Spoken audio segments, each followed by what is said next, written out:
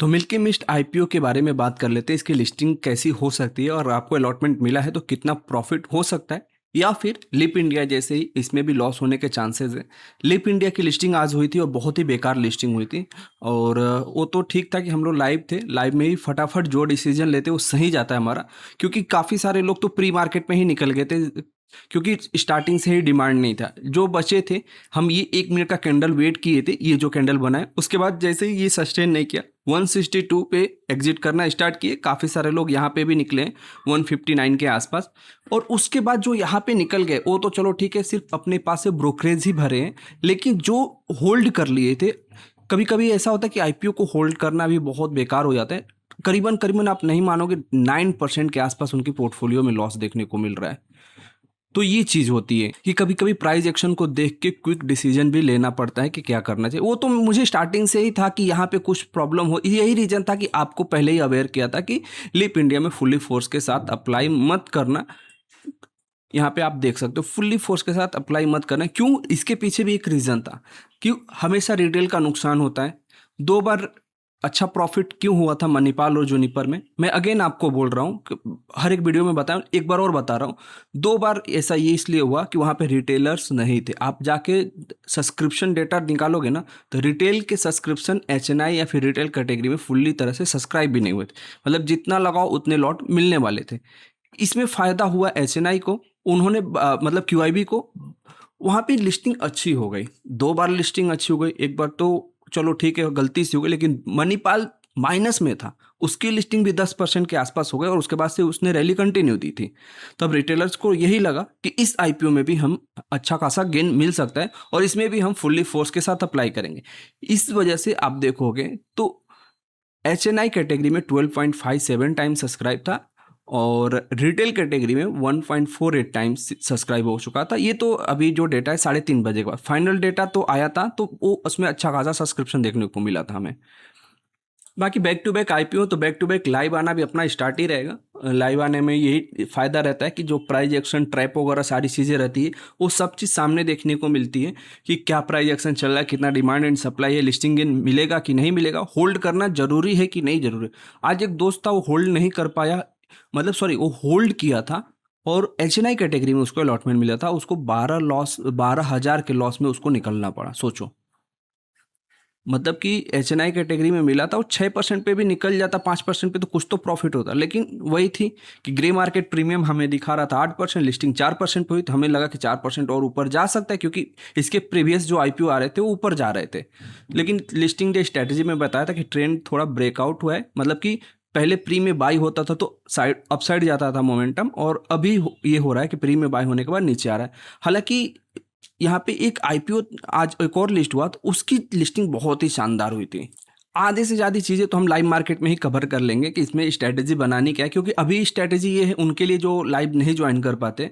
तो milky mist में simple सा लॉजिक है, फंडामेंटल एक नंबर स्ट्रांग है। ग्रे मार्केट प्रीमियम भी देखा जाए तो सपोर्ट कर रहा है 16% के आसपास। ग्राफ थोड़ा डाउन जरूर आया है, क्योंकि यहाँ पे आज जो मतलब कि लिस्टिंग जब हुई थी इसकी, उसके बाद से थोड़ा और डाउन आ चुका है। जो हाई लगा था एक टाइम पे वो 29 रुपये के आसपास लगा था और अभी 23 रुपये के आसपास की जीएमपी चल रही है।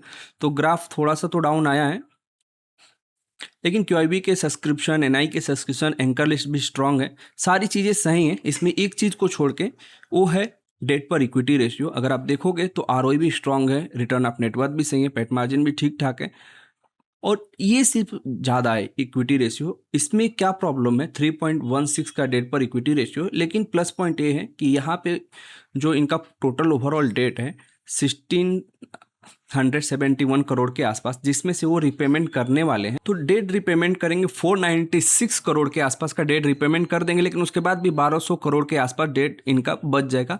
तो थोड़ा सा डेट पर इक्विटी रेशियो भी कम हो जाएगा। बाकी सारी चीज़ें सही हैं और फ्यूचर ग्रोथ भी काफ़ी स्ट्रांग इस कंपनी का है। तो यहाँ पे एक्सपेक्टेड है कि लिस्टिंग गेन और लॉन्ग टर्म में भी ये रैली दे सकता है।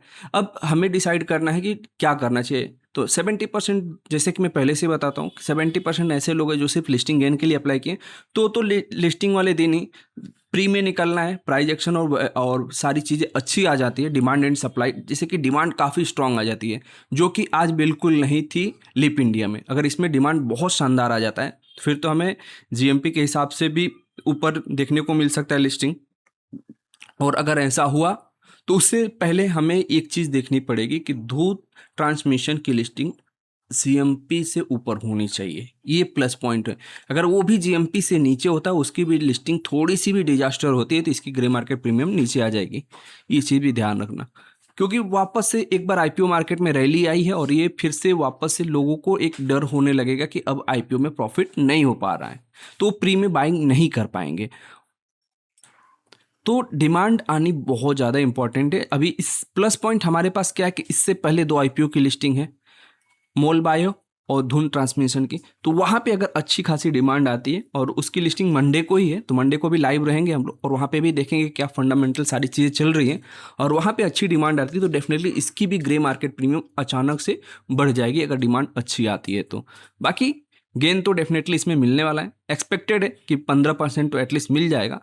एक टाइम पे आईपीओ की 21% जीएमपी थी, वहाँ से थोड़ा सा नीचे ज़रूर आया है। करना बहुत सिंपल है, स्ट्रैटेजी के बारे में बात कर ले तो सबसे पहले अगर आपको एक लॉट मिला है तो अगर ग्रे मार्केट प्रीमियम में 16% की जीएमपी सस्टेन रहती है और लिस्टिंग होती है 165 के अबव या उसके आसपास और डिमांड काफ़ी स्ट्रांग फिर भी रहता है, डिमांड इन द सेंस कि 40% 50% नहीं, एटलीस्ट 70% के आसपास डिमांड और सप्लाई ओनली 30% के आसपास रहती है, तो वहाँ पे थोड़ी क्वांटिटी हम होल्ड कर लेंगे विथ एसएल, बाकी क्वांटिटी हम प्री में निकाल देंगे क्योंकि जीएमपी अच्छी मिल गई है हमें और लिस्टिंग गेन अच्छा मिल गया, ये कर सकते हैं। अब जिनको नहीं मिला है उनके लिए तो भाई लिस्टिंग के बाद ही आप बाई करो, प्री में अभी नहीं मज़ा आ रहा है, प्री में बाई करने पे लॉस ही हो रहा है, आप देख सकते हो। तो जो लोग आज यहाँ पे लिप इंडिया में प्री में बाई किए होंगे उनका तो लॉस हो ही रहा होगा, लेकिन जिनको मिला है उनको भी लॉस हुआ है, तो ये चीज़ें हैं। बाकी चीज़ें तो हम लोग लाइव में ही देख लेंगे, तो चैनल को आप सब्सक्राइब कर लीजिएगा। जो नए हैं उनको भी बता दो कि लाइव में कैसे स्टॉप लॉस वगैरह काफ़ी सारी चीज़ें रहती है, डिमांड एंड सप्लाई, और लाइव की वजह से ही आज हमारा प्रॉफिट नहीं हुआ तो लॉस भी नहीं हुआ, हम बच गए क्योंकि हम तुरंत डिसीजन लिए और सबको बोला था कि निकल जाओ, कोई मतलब नहीं है, नीचे ही आने वाला है, सेलिंग प्रेशर कंटिन्यू है। मैं खुद आपके सामने, मुझे भी 2 लॉट मिले तो दोनों लॉट निकाल दिए, एक 63 पे निकाला और एक 59 पे निकाला। बाकी देखा जाए तो इससे अच्छे अच्छे आईपीओ अभी और आने वाले हैं, अभी नेक्स्ट मंथ तो और अच्छे आईपीओ और बड़े आईपीओ आने वाले हैं, तो वहाँ पे भी कुछ पैसे बन सकते हैं। एक्सपेक्टेड है कि एनएससी का भी आईपीओ सितंबर के लास्ट तक आ सकता है, तो एक अपने आप में ही एक एक्सचेंज है और बहुत ज़्यादा उसकी भी हाइप है और इशू साइज भी काफ़ी ज़्यादा बड़ा रहने वाला है, तो वहाँ पे भी हमें कुछ लिस्टिंग गेन भी देखने को मिले। तो पैसे को ब्लॉक मत करिए, पैसे सेव करके रखिए। इस वजह से लीप में निकल गया कि वो फंड बचा रहेगा तो आप किसी और आईपीओ में अप्लाई कर सकते हो, और आईपीओ अभी कंटिन्यू आने वाले हैं क्योंकि ये पूरा जो सितंबर अक्टूबर नवंबर दिसंबर तक आईपीओ आने वाले हैं, तो आईपीओ की अभी कमी नहीं है। सिर्फ फंड आप सही तरीके से संभाल के रखिए, सिर्फ ब्लॉक करके रखेंगे तो माइनस माइनस माइनस आप 10% डाउन हो गया, आप बेचने को ही मन नहीं करेगा जब तक वो रिकवर नहीं करेगा। तो उस 15,000 रुपये तो आपके ब्लॉक हो गए, 15,000 छोड़ा अगर एचएनआई मिला हो तो आपके 2 लाख रुपये समथिंग तो ब्लॉक ही है।